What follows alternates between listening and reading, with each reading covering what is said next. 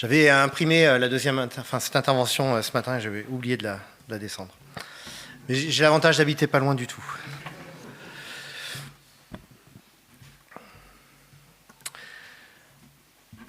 Voilà, nous allons réfléchir à ce que j'ai appelé les dichotomies de 1 Jean. On pourrait dire ça autrement, les affirmations, les dualités de 1 Jean ou les affirmations binaires de 1 Jean. Bref, on va rester sur les dichotomies, je pense que c'est un peu mieux. Mais Jean est un auteur qui met particulièrement en évidence des oppositions, des dichotomies. Lumière et ténèbres, vérité et mensonge, vie et mort, etc. Alors Jésus lui-même, bien sûr, utilisait ce type de formule. Celles-ci ne nous sont pas seulement rapportées par Jean. Par exemple, on peut citer Matthieu 7, 13 et 14. « Entrez par la porte étroite. En effet, large est la porte et spacieuse la route qui mène à la perdition. Nombreux sont ceux qui s'y engagent, mais étroite est la porte et resserré le sentier qui mène à la vie, qu'ils sont peu nombreux ceux qui les trouvent. » Donc là, on a toute une série d'oppositions. Porte étroite, porte large, route spacieuse, chemin resserré, perdition, vie, nombreux, peu nombreux. Et on pourrait citer bien d'autres exemples dans l'enseignement de Jésus. Mais ces oppositions sont particulièrement fréquentes dans les écrits de Jean et tournent autour de quelques notions ou images que Jean affectionne particulièrement ou a retenu particulièrement dans l'enseignement de Jésus et qu'il met en opposition. On peut supposer que Jean a sélectionné dans les discours de Jésus certaines formules qu'il rapporte plutôt que d'autres, c'est ce que font tous les évangélistes, les 4 évangélistes, et peut-être même que délibérément il a privilégié des choses qui n'étaient pas ou moins dans les autres évangiles. On peut aussi supposer que dans le processus de traduction puis de mise à l'écrit, Jean, sous l'inspiration du Saint-Esprit, a aussi, dans une certaine mesure, imprégné son texte de ses formules à lui, fidèle à l'enseignement de Jésus, mais qui reflète aussi l'auteur humain qu'est Jean. C'est une question assez complexe, mais qui, je pense, n'a pas besoin de nous retenir plus longtemps ici. J'aimerais mettre en évidence certaines dichotomies que l'on trouve dans la première lettre de Jean. Alors j'insiste sur le fait que la liste n'est pas exhaustive. Il y en a d'autres que j'aurais pu faire valoir, mais il fallait faire certains choix. J'aimerais réfléchir à leur sens, à leur portée, lorsque nous les transposons dans notre contexte. Et à la fin de l'intervention, et aussi ici ou là dans l'intervention, réfléchir particulièrement à la manière de prêcher en tenant compte de ces dichotomies qui parfois peuvent nous mettre un peu mal à l'aise. Et je commence par l'opposition lumière et ténèbres. Vous avez ça dans le plan. La première dichotomie que nous trouvons dans cette lettre fait écho à celle que nous trouvons aussi au début de l'évangile de Jean, la lumière et les ténèbres. Je cite, chapitre 1, verset 5. « Voici le message que nous avons entendu de Jésus-Christ et que nous vous annonçons. Dieu est lumière et il n'y a aucune trace de ténèbres en lui. Si nous prétendons être en communion avec lui tout en vivant dans les ténèbres, nous sommes des menteurs et nous n'agissons pas comme la vérité l'exige. Mais si nous vivons dans la lumière, tout comme Dieu lui-même est dans la lumière, alors nous sommes en communion les uns avec les autres. Et parce que Jésus, son Fils, a versé son sang, nous sommes purifiés de tout péché. » Chapitre 2, verset 8. « Mais en même temps, c'est un commandement nouveau que je vous écris, et l'on en voit la réalisation en Christ et en vous, car les ténèbres se dissipent et la lumière véritable brille déjà. » Chapitre 2, verset 9. « Celui qui prétend être dans la lumière tout en détestant son frère est encore présentement dans les ténèbres. Celui qui aime son frère demeure dans la lumière, et rien en lui ne risque de causer sa chute. Mais celui qui déteste son frère est dans les ténèbres. Il marche dans les ténèbres sans savoir où il va, parce que les ténèbres l'ont rendu aveugle. » Jean n'explique pas vraiment les images qu'il nous donne, il nous les livre et il nous invite à les examiner et à les comprendre.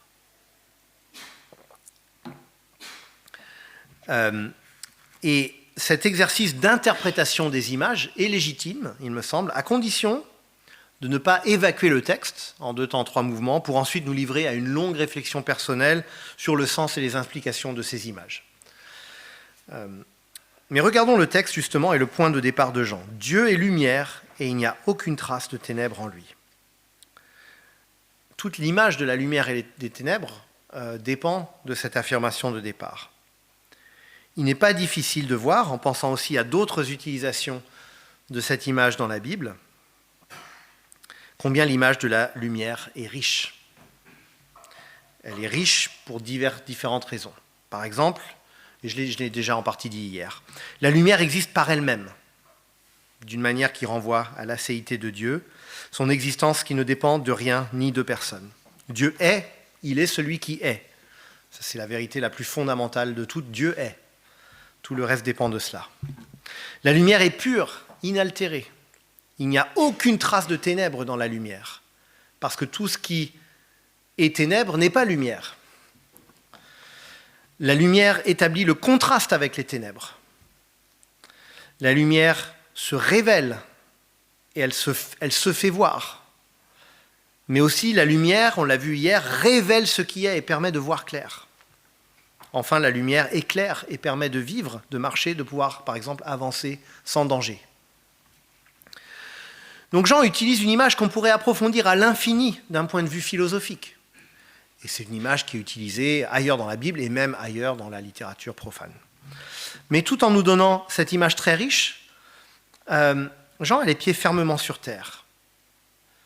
Il ne rentre pas dans une spéculation dont il ne descendrait pas. Il nous dit « Dieu est lumière », et il n'est pas du tout d'ailleurs dans la spéculation. Il nous dit « Dieu est lumière, il n'y a pas de ténèbres en lui, et donc on ne peut pas prétendre vivre en communion avec lui tout en vivant dans les ténèbres. » Très vite, il passe de l'image au concret. Mécaniquement, j'ai envie de dire, c'est inconcevable de vivre dans les ténèbres tout en disant qu'on appartient à un Dieu de lumière. Donc Jean nous place devant des affirmations absolues pour que nous ne puissions pas échapper au besoin de nous positionner. Il n'y a pas de neutralité possible. C'est ce qu'on va régulièrement voir chez Jean. Il y a Dieu qui est lumière. Il y a tout ce qui s'oppose à Dieu et qui est ténèbres. L'image des ténèbres, par symétrie, elle est riche également. Dans le noir, d'abord, il n'y a pas de lumière, justement. C'est pour ça qu'il fait noir. Dieu est, entre guillemets, absent des ténèbres, au sens où il n'est absolument pas compromis par ces ténèbres. Et puis, dans les ténèbres, on ne voit rien. On ne voit pas les choses telles qu'elles sont. Et donc, on ne peut pas marcher droit.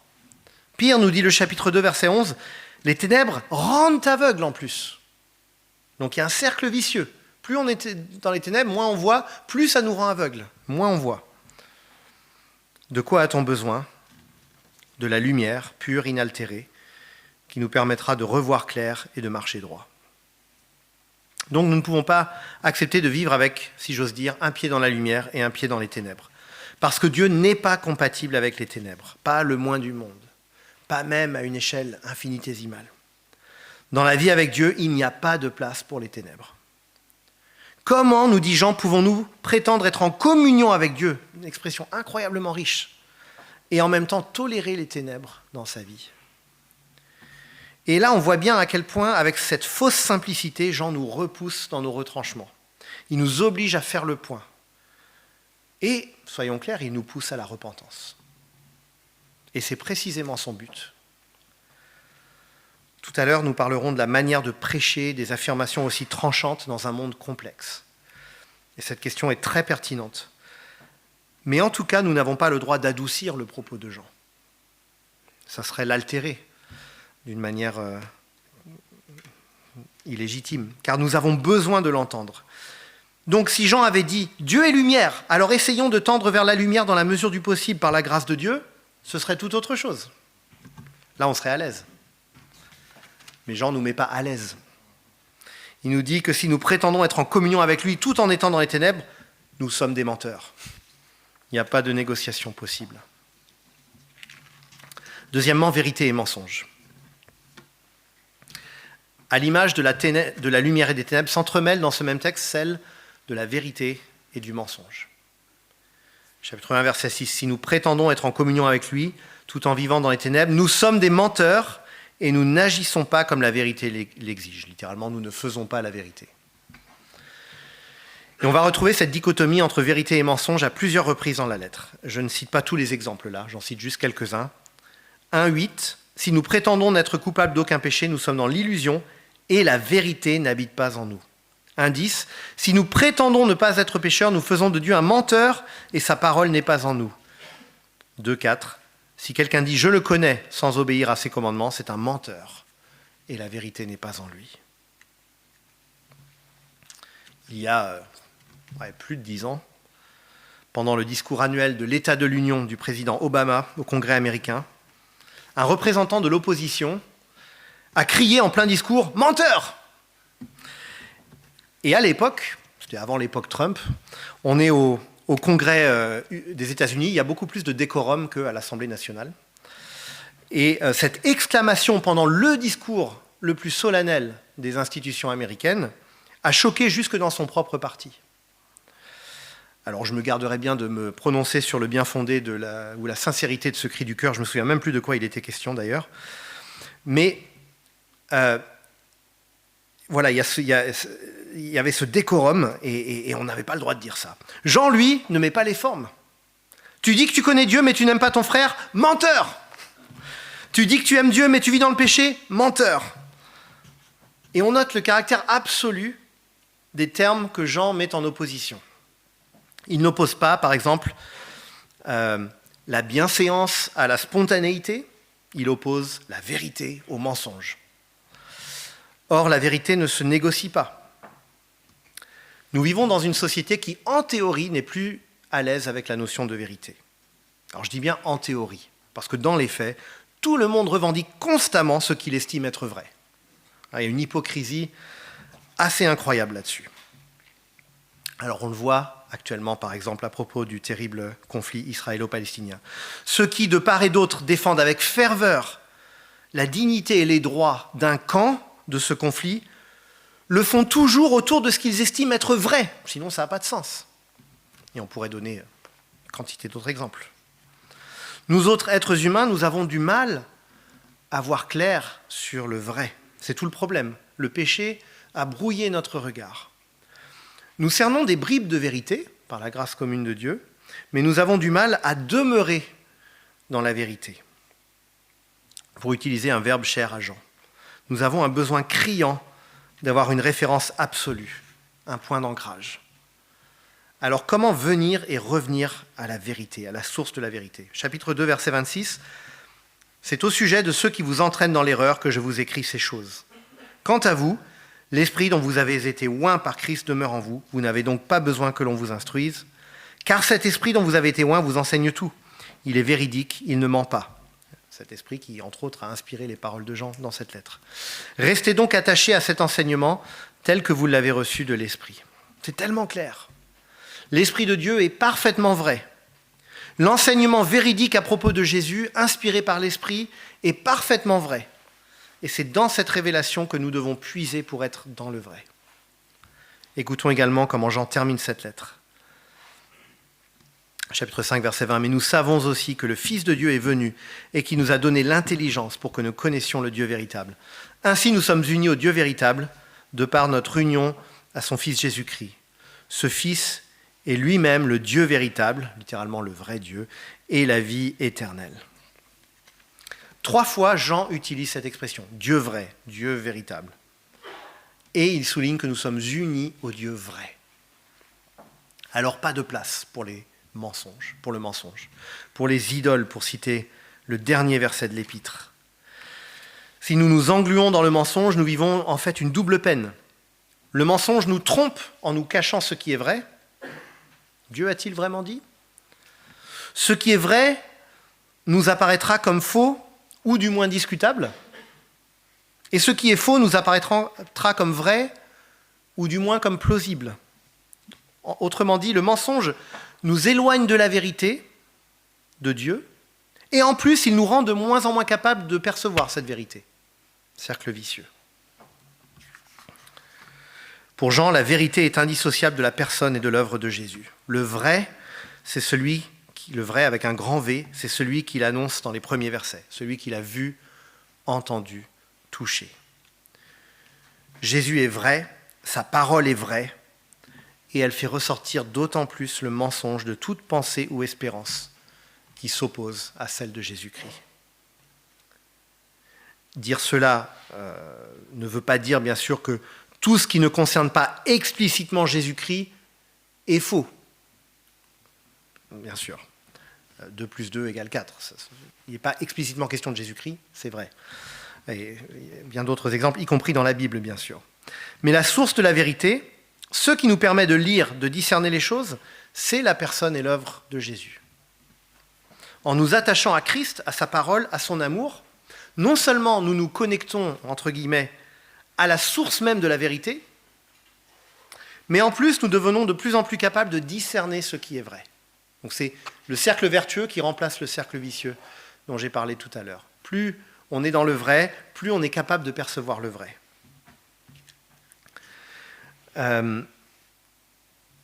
Et bien sûr, soyons clairs sur le fait que s'attacher à Jésus n'est pas la même chose que dire qu'on s'attache à Jésus.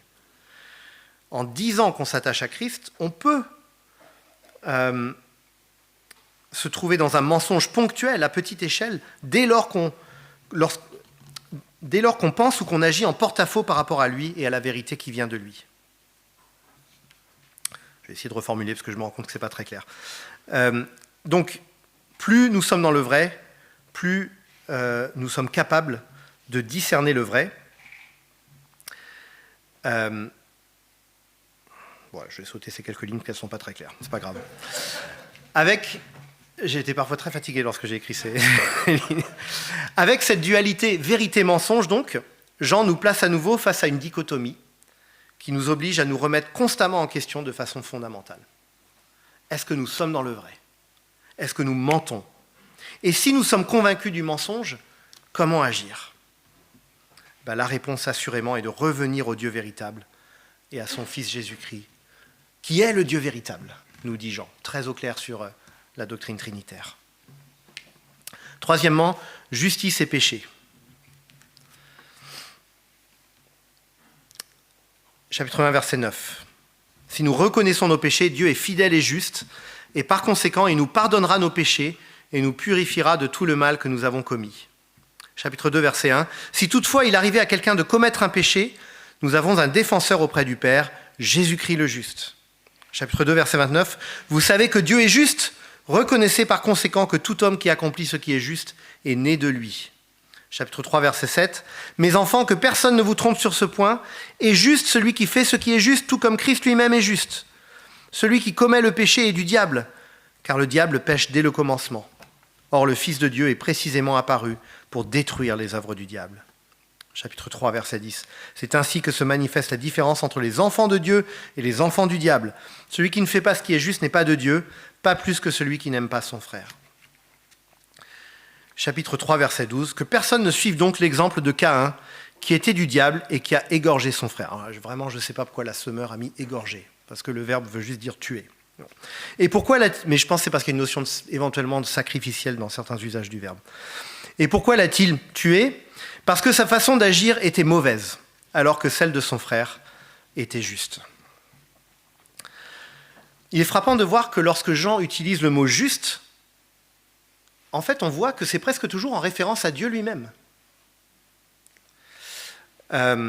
Et ensuite, il dit, nous aussi, nous devons être justes.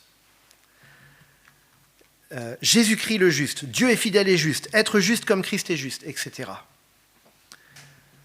Jean n'utilise qu'une seule fois le mot « injustice », chapitre 5, verset 7, et il affirme que toute injustice est un péché. Et, je l'ai dit hier, c'est ce mot « péché » qu'il utilise le plus souvent en contraste avec la notion de justice. Justice versus péché. Et donc, on voit que ça rejoint les notions de lumière et ténèbres, et vérité et mensonge. De même que la lumière et la vérité sont directement associées à Dieu, la justice est directement associée à Dieu. Si on veut savoir ce qu'est la justice, il faut regarder à Dieu et pas ailleurs. De même que si on veut savoir ce qu'est la lumière, c'est à Dieu qu'il faut regarder. Et la vérité de même. Il y a une façon de penser et d'agir qui vont à l'encontre de la personne et de l'œuvre de Dieu, c'est le péché. Le péché, comme chez Jean comme ailleurs dans le Nouveau Testament, c'est pas seulement des fautes individuelles, loin de là, c'est un système qui s'érige contre Dieu. Il ne se réduit pas à tel ou tel acte. Il s'agit plutôt d'une façon de penser, d'agir, de parler, qui, et là je cite l'apôtre Paul en 2 Corinthiens 10, 5, se dresse présomptueusement contre la connaissance de Dieu. Il y a plein de façons de faire ça, évidemment. Donc Jean ne nous donne pas le loisir d'estimer que suivre Jésus, c'est une façon d'être juste. Il affirme que la justice réside en lui, dans la connaissance de Jésus. Pour connaître la justice véritable, il faut croire en Jésus et chercher à lui ressembler. Chapitre 2, verset 6. « Celui qui prétend qu'il demeure en Christ doit aussi vivre comme Christ lui-même a vécu. » Quand on entend ça, ça nous paraît peut-être un peu écrasant. Et on y reviendra. Mais ce qui est clair, c'est que Jean n'imagine pas cette vie nouvelle en dehors du fondement de la grâce de Dieu. Chapitre 2, verset 2, « Il a expié nos péchés, et pas seulement les nôtres, mais ceux de gens du monde entier. » Et donc Jean rejoint à sa manière, et dans ses mots, l'enseignement de l'apôtre Paul. Nous sommes mis au bénéfice de la justice de Dieu, alors que par nous-mêmes, nous sommes injustes. Mais par le Saint-Esprit, libérés d'une vie sous l'emprise de péché et de la condamnation, nous sommes appelés à vivre maintenant en esclaves de la justice. Ça, c'est le vocabulaire de Paul. Mais c'est vraiment la pensée de Jean également. Ensuite, Christ et Antichrist. Au chapitre 2, verset 18, Jean établit une nouvelle dichotomie qu'il développe dans les versets qui suivent et qu'il reprendra au chapitre 4. Chapitre 2, verset 18. « Mes enfants, c'est la dernière heure. Vous avez appris qu'un antichrist doit venir. Or, dès à présent, beaucoup d'antichrists sont là. Voilà pourquoi nous savons que nous sommes entrés dans la dernière heure. » Chapitre 2, verset 22. « Alors, qui est le menteur ? C'est celui qui nie que Jésus est Christ. Et l'antichrist, c'est celui qui refuse de reconnaître le Père et le Fils. Tout homme qui nie que Jésus est le Fils de Dieu ne connaît pas non plus le Père. » Chapitre 4, verset 2. « Voici comment savoir s'il s'agit de l'Esprit de Dieu. Tout esprit qui reconnaît que c'est pleinement humain que Jésus est venu vient de Dieu. Tout esprit, au contraire, qui ne reconnaît pas ce Jésus-là ne vient pas de Dieu. C'est là l'esprit de l'Antichrist dont vous avez entendu annoncer la venue. Eh bien, dès à présent, cet esprit est dans le monde. » Donc, je l'ai dit un peu ce matin, Jean prend pour point de départ de cette réflexion l'annonce de la venue d'un personnage qui cristallisera en quelque sorte de manière finale l'opposition à Dieu. On a des traces discrètes de cette annonce dans l'enseignement de Jésus et de l'apôtre Paul. Je n'y reviens pas plus en détail ici. Mais Jean semble partir de ce point pour dire, en fait, des antichrists, il y en a déjà un paquet, les amis. Alors, c'est important de noter que Jean ne nie pas la venue d'un antichrist, comme je crois certains commentateurs libéraux ont pu le dire. Non. Mais il veut montrer à ses lecteurs que l'opposition à Christ est déjà là. Ça, c'est pertinent pour nous aujourd'hui aussi. Parfois, les gens sont obsédés par des perspectives eschatologiques, alors qu'en fait, la perspective eschatologique, elle est déjà là. On est déjà dans les derniers temps, depuis la résurrection de Jésus. Et le tableau de l'Apocalypse, de cette lutte entre ce qui est soumis à Dieu et ce qui s'oppose à Dieu, on est en plein dedans. On est en plein dedans. Donc non seulement il y a des antichrists, mais il y a même l'esprit de l'antichrist qui est déjà présent dans le monde. Or, qu'est-ce qui fait l'antichrist ? Eh bien, la description que Jean nous donne est incroyablement large. Je l'ai dit ce matin. Celui qui nie que Jésus est Christ, c'est celui qui refuse le Père et le Fils. Tout homme qui nie que Jésus est le Fils de Dieu. L'antichrist est celui qui nie la divinité et l'humanité de Jésus. Au chapitre 4, verset 2, justement, c'est de l'humanité de Jésus qu'il est question. Tout esprit qui reconnaît que c'est pleinement humain, dans la chair, que Jésus est venu, vient de Dieu. Tout esprit, au contraire, qui ne reconnaît pas ce Jésus-là, ne vient pas de Dieu. C'est là l'esprit de l'Antichrist. Et même si, comme je l'ai dit là encore ce matin, Jean vise avant tout des faux docteurs, plus que des personnes totalement extérieures à l'Église, il place ses lecteurs devant cette alternative. Soit on accueille le message authentique sur Jésus, le Fils de Dieu venu dans la chair, mort et ressuscité, soit on s'oppose à Dieu. Et dans ce cas-là, on est dans une démarche anti-Christ. Et on voit là à quel point on est loin de l'idée de notre temps selon laquelle, tant qu'on est sincère et qu'on a une sorte de foi qui nous appartient, tout va bien. Jean n'est pas d'accord du tout avec ça. Pour lui, il y a un message précis qui doit être accueilli. Et ce message, il est centré sur la personne et l'œuvre de Jésus. Nous y reviendrons demain, mais sur ce point, ça passe ou ça casse chez Jean. Et il est frappant de voir que pour Jean, au-delà de tous les clivages qu'on peut voir à l'œuvre dans le monde, il y en a un paquet, il y en a un qui est plus profond, qui est plus fondamental que tous les autres. C'est le clivage autour de la personne de Jésus-Christ. Ce n'est pas forcément un clivage qui est dit, mais c'est un clivage qui est là, dans le cœur, dans la réalité de la vie. Et c'est important de tirer les conclusions de cela, des bonnes conclusions. On peut se sentir très loin de quelqu'un, sur le plan culturel, politique, idéologique, que sais-je. Mais si on reconnaît en Jésus, Dieu fait chair, le véritable Seigneur et Sauveur, la source de la vérité, notre Sauveur, eh bien, il y a une unité essentielle qui ne se voit peut-être pas beaucoup à l'œil nu, mais qui est bien présente. Et à contrario, on peut avoir le sentiment de beaucoup ressembler à quelqu'un qui a la même langue, la même culture, le même profil socio-économique que soi, mais être séparé par ce clivage fondamental autour de Jésus. Or, ce clivage, Jean nous le dit de façon si claire, comporte un enjeu éternel. Celui qui a le Fils a la vie, 5,12. Celui qui n'a pas le Fils de Dieu n'a pas la vie. Nous sommes tous appelés à nous positionner vis-à-vis de cette révélation, la révélation de Jésus-Christ. Cette révélation ne nous appartient pas. Ce n'est pas à nous de dire à Dieu comment il aurait dû sauver les gens. Il l'a fait dans sa parfaite sagesse, en Jésus-Christ. À nous de nous positionner vis-à-vis de ça. Dieu n'a pas envoyé un Jésus dans le monde, il a envoyé son Fils, le Verbe fait chair, vraiment Dieu, vraiment homme, unique Sauveur et Seigneur. Et à une époque où la sincérité est exaltée au-dessus de la vérité, où toute précision doctrinale paraît souvent dogmatique et pénible, eh bien nous devons, en tant que prédicateurs, placer nos auditeurs devant la vérité non négociable autour de la personne de Christ. Il y a des sujets où le désaccord existe et est possible entre chrétiens sincères, authentiques, mais pas sur ce sujet-là. Nous devons prêcher le Jésus révélé et non encourager nos auditeurs à se forger un Jésus à leur image. Et ce sont les derniers mots de cet épître. Mes chers enfants, gardez-vous des idoles. Juste avant ça, il dit que le vrai Dieu, c'est celui qui s'est révélé en Jésus-Christ. C'est lui que vous devez croire. Gardez-vous des idoles. Ensuite, Dieu et le monde. La dernière dichotomie que j'aimerais examiner brièvement, c'est celle que Jean expose entre Dieu et le monde.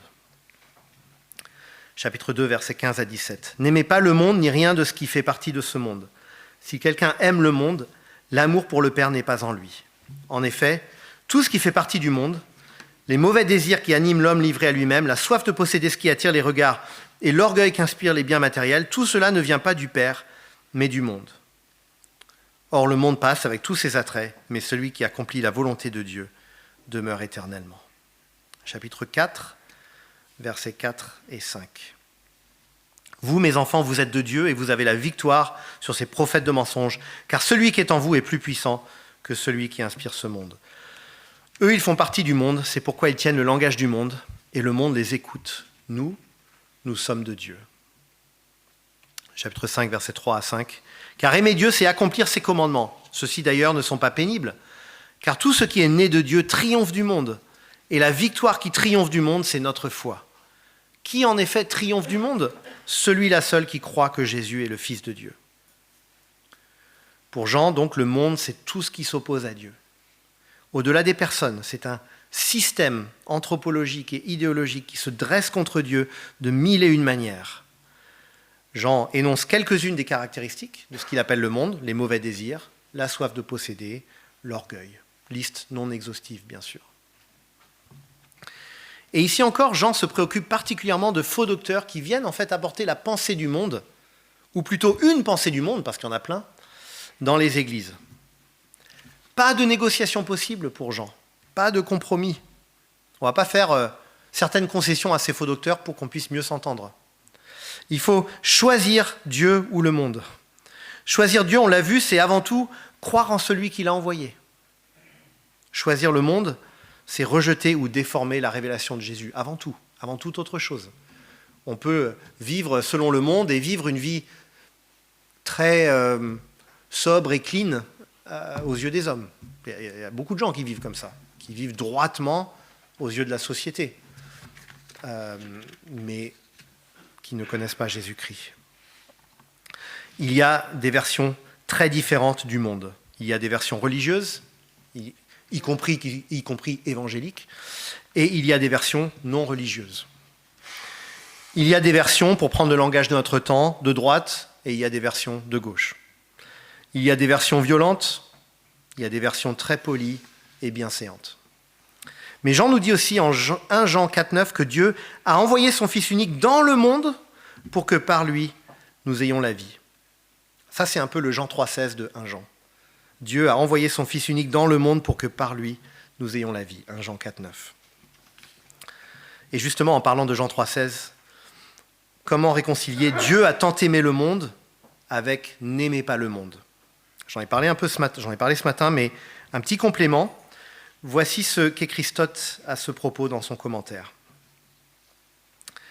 Et il apporte un élément de plus que ce que j'ai dit ce matin. Donc, il y a 2 explications possibles pour concilier ces affirmations. La première, c'est que dans ces versets, le monde a une connotation différente. Considéré comme un ensemble d'êtres humains, le monde doit être aimé. Considéré comme un système diabolique organisé sous la domination non de Dieu mais de Satan, il n'a pas à être aimé. Ça, c'est l'interprétation que j'ai défendue ce matin. Il y en a une autre qu'il propose. La seconde explication est que le verbe « aimer » a une signification différente. Dans l'un des cas, c'est le saint amour de la rédemption, et dans l'autre, l'amour égoïste de la participation. Intéressant. Soit on aime le monde d'un amour rédempteur, ou bien on aime le monde de l'amour égoïste de la participation à ce monde. Comme nous ne sommes pas les rédempteurs du monde, je trouve la première option un peu plus probante, mais nous sommes appelés à aimer le monde, en tout cas en tant que monde créé par Dieu, mais à nous défaire du monde en tant que système de croyance et de vie qui s'oppose à Dieu. Et puis, mon point 6, et là encore, je vais vous demander de raturer quelque chose et de changer un titre, désolé. Il était question des lignes de crête chez Jean. Ça, j'en reparlerai en fait demain finalement un petit peu. Je vais appeler ce point 6 « Prêcher avec sensibilité les dichotomies d'un Jean ». Prêcher avec sensibilité les dichotomies d'un Jean.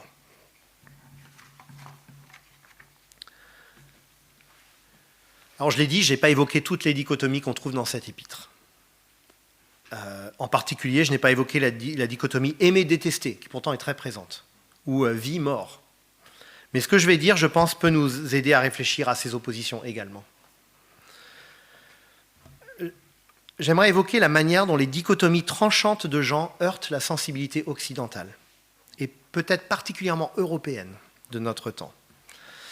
Notre civilisation postmoderne, marquée par les philosophies du soupçon, a beaucoup de mal, en théorie, encore une fois, parce que dans la pratique c'est une autre histoire, en théorie a beaucoup de mal avec les affirmations tranchantes et binaires. Parler du bien et du mal, de la vérité et du mensonge, de la lumière et des ténèbres, ça a tendance à hérisser l'Européen agnostique lambda. Encore une fois, après, chacun, par contre, concrètement, voit du bien et du mal, de la vérité et du mensonge autour de soi. Mais en théorie, dans le discours, on n'aime pas ça. Alors, tout n'est pas à rejeter dans le scepticisme de notre temps, au risque de vous surprendre un peu. La vie est complexe. Il y a des livres bibliques qui parlent de ça, comme le livre de l'Ecclésiaste ou le livre de Job. Je vais refaire référence au conflit Israël-Palestine actuellement. Je vous rassure, je ne rentre pas dans les détails, mais quelqu'un qui affirme que c'est simple, je suis désolé, mais ça ne l'est pas. Les catégories tranchantes que les hommes essayent parfois de poser sur la vie sont régulièrement mises à mal. Et je le disais, la Bible parle de cela. L'Ecclésiaste, parfois les psaumes, même les lettres de Paul qui montrent combien le mal peut être complexe et multiforme. Et donc, dans un sens, un sain, S-A-I-N, scepticisme vis-à-vis des dichotomies que nous posons sur les choses, c'est pas mauvais. Et si notre contexte culturel est comme ça, c'est aussi parce qu'il y a eu des régimes totalitaires qui étaient à fond dans ces dichotomies, et on a vu ce que ça a donné. Donc je veux juste commencer par dire quand même cela. Il ne faut pas se tromper de dichotomie, en quelque sorte.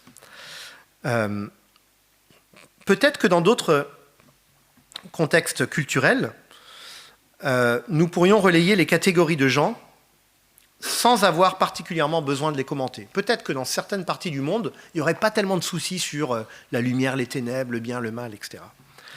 Dans notre contexte, je ne pense pas que nous ayons ce luxe, si nous prêchons un Jean. Je pense que juste ne pas commenter ces dichotomies par rapport à la complexité du monde qu'on peut ressentir serait, je pense, une erreur. Alors, est-ce que Jean est simpliste ? Je pense vraiment que ce serait lui faire un mauvais procès. Jean est l'un des auteurs, en fait, les plus subtils de la Bible. L'évangile de Jean est couramment considéré comme l'évangile le plus profond en termes de la richesse de sa théologie, de la richesse de son symbolisme, de sa profondeur. Ce serait quand même un comble d'accuser Jean d'être superficiel et simpliste. Pour comprendre les affirmations binaires de Jean face à la complexité du monde, je proposerai cette image. Elle vaut ce qu'elle vaut. Pensez à un tifo dans un stade de foot. Vous voyez ce que c'est ? Voilà. Pas une banderole, mais le genre où tout un groupe de supporters forme ensemble par le jeu des couleurs qu'ils portent, un dessin ou des mots. Si vous êtes dans le tifo, vous ne le voyez pas. Ou même si vous êtes à côté, vous verrez juste plein de personnes qui portent des maillots ou des vêtements de différentes couleurs. Par contre, alors si vous êtes sur la tribune d'en face, mais ça sera mieux pour les besoins de l'image, si une caméra survole la tribune, si un drone passe par-dessus, ça pourra mettre en évidence, tout d'un coup, on verra de façon très claire ce qui s'affiche. Alors que si on est dedans, on ne le voit pas. Je dirais que Jean nous fait prendre de la hauteur. À notre niveau, nous voyons beaucoup de complexité autour de nous. Et à juste titre, cette complexité est bien là. Nous avons du mal à voir le monde divisé en catégories binaires de lumière et de ténèbres, de bien et de mal. Pour ne donner que cet exemple, nous avons des voisins et collègues qui ne connaissent pas le Seigneur, mais que nous apprécions beaucoup, et c'est tant mieux. Et nous avons des frères et sœurs que parfois nous n'apprécions pas particulièrement. Mais 1 Jean nous rappelle que si on dézoome et qu'on prend de la hauteur par rapport à cette complexité qui est bien là, eh bien, on verra apparaître de plus en plus clairement 2 grandes façons de vivre, avec Dieu ou sans Dieu, dans la lumière ou dans les ténèbres. Il y a ceux qui ont le Fils, il y a ceux qui n'ont pas le Fils. Ce qui n'apparaît pas à notre niveau apparaît du point de vue de Dieu, en quelque sorte. Et Jean nous donne accès à ce point de vue de Dieu dans sa lettre. Et donc, en prêchant à Jean, nous devons être sensibles à la complexité autour de nous.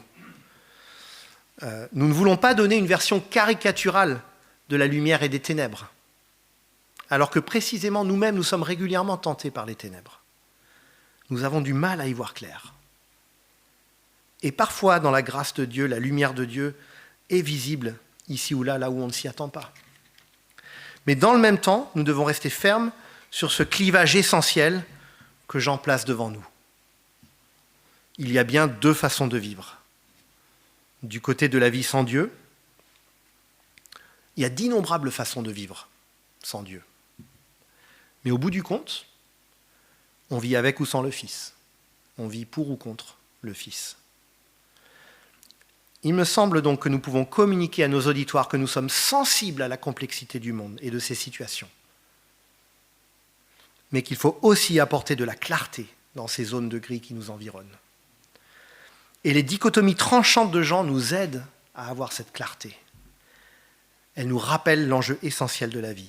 Elles nous rappellent qu'en définitive, ce qui déterminera notre destinée éternelle, ce n'est pas nous, ce n'est pas notre apparence, mais c'est notre communion ou son absence avec le Fils de Dieu. Amen.